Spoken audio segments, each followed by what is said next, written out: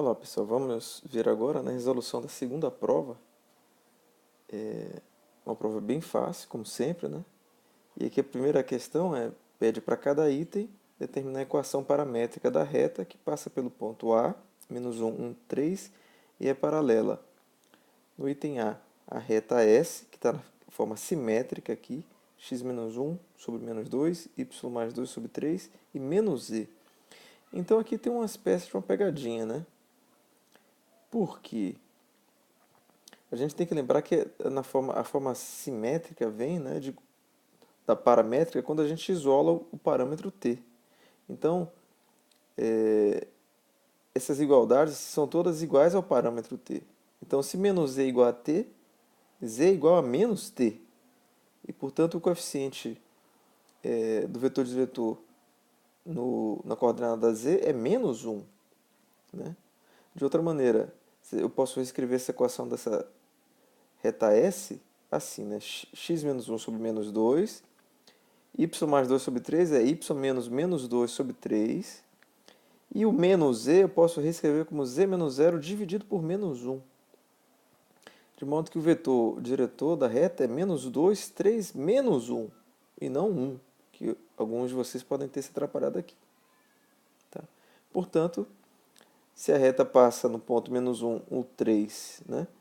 E o vetor diretor é menos 2, 3, menos 1, ele tem que ter essa forma. X igual a menos 1, menos 2t, y igual a 1 mais 3t e z igual a 3 menos t. Já no item B, é mais simples, né, de analisar, porque se essa reta passa pelo ponto menos 1, 3 e é paralela aos planos x igual a 0 e z igual a 0, como aqui, né? Qual é o plano x igual a 0? É esse de cá, né? Nesse sistema de coordenadas aqui, né? Todos os pontos que estão no plano YZ. E o plano z igual a 0 são todos os pontos cujo z é igual a 0, ou seja, o plano YX. Portanto, essa reta, se ela é paralela a ambos os planos, ela tem que ter essa direção aqui, né? Que é a direção do eixo Y, ou seja, que é o vetor J, de coordenada 0, 1, 0. Então, claramente, a equação paramétrica dessa reta tem que, né, passar pelo ponto menos 1, 1, 3 e ter a direção do vetor 0, 1, 0. Então, ela tem que ter essa forma: x igual a menos 1, y igual a 1 mais t e z igual a 3. Então, essa foi a primeira questão. A questão 2 é a mais complicada, né? Porque eu peço para analisar no item A posição relativa dessas duas retas. Ou seja, determinar se elas são paralelas, reversas ou concorrentes. E aqui, a primeira coisa que a gente tem que fazer é analisar, olhar os vetores diretores das duas retas. Então, no primeiro caso aqui, o vetor diretor é menos 1, 1 e 5 da primeira reta. O vetor diretor da segunda reta, 5, 4, 2. Portanto, a gente vê aqui que esses vetores não são múltiplos um do outro, né? Portanto, eles não são paralelos e as retas também não são paralelas. Então, ou as retas são reversas ou são concorrentes. Tá ok? Só que a gente pode continuar aqui e tentar encontrar o ponto de concorrência, né, o ponto comum das duas retas. Se conseguir encontrar, né, igualando aqui o x, y, z nas duas equações, né, e obtendo um sistema em T e M, a gente pode tentar encontrar o ponto de interseção, caso exista.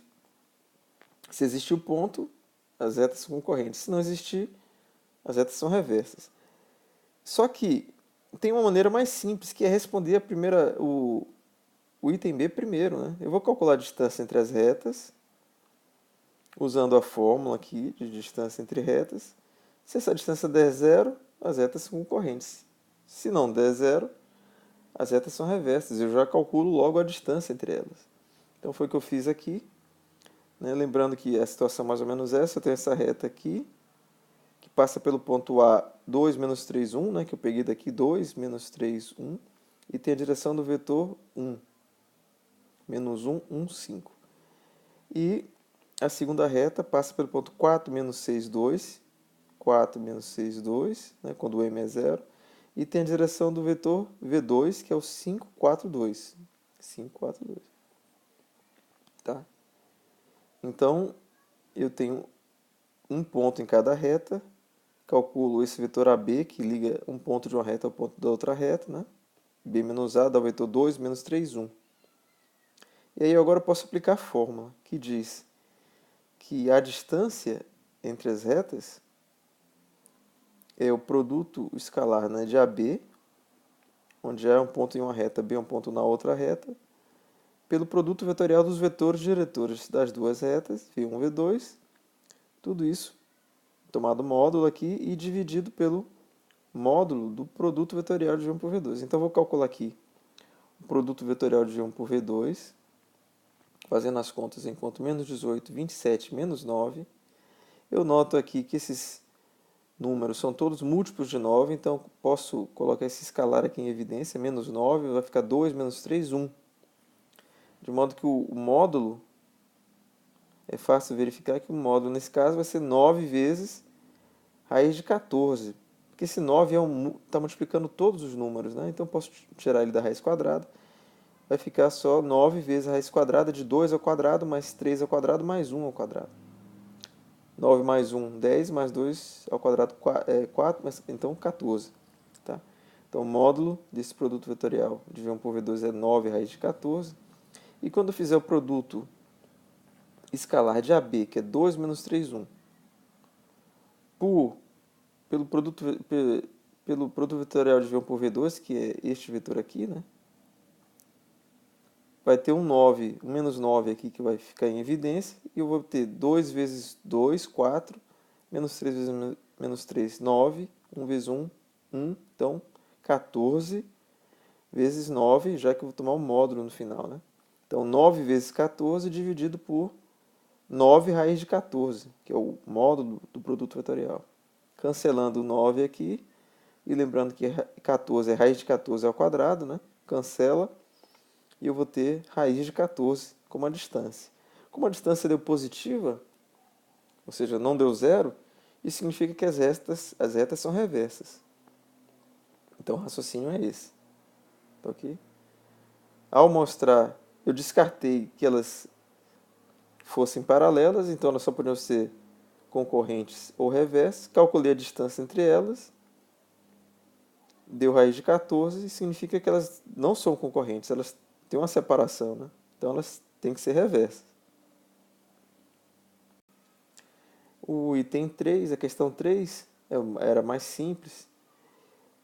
Calcular o ponto em que a reta que passa por P e Q intersecta o plano πx mais y mais z igual a 6.